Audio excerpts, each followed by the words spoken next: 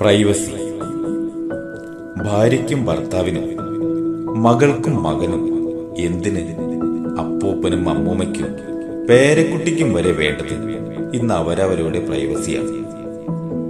വീട്ടിനുള്ളിലും സൗഹൃദത്തിനുള്ളിലും പ്രണയത്തിനുള്ളിലും privacy തന്റെ അവകാശമാണെന്ന് ഘോരഘോരം വാദിക്കുന്നവർ ജീവിതത്തിൽ ഒറ്റപ്പെടലിന്റെ ഭീകരത ചോദിച്ചു വാങ്ങുകയാണ്.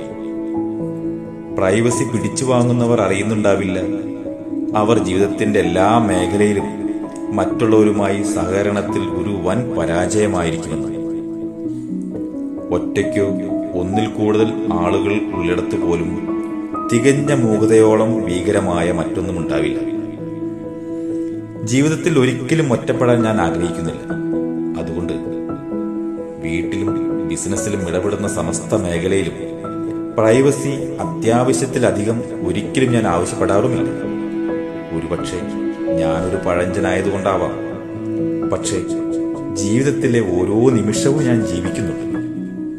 സഹൃദയരും സഹജീവികളും എന്നും എപ്പോഴും എന്നെ സജീവമാക്കും.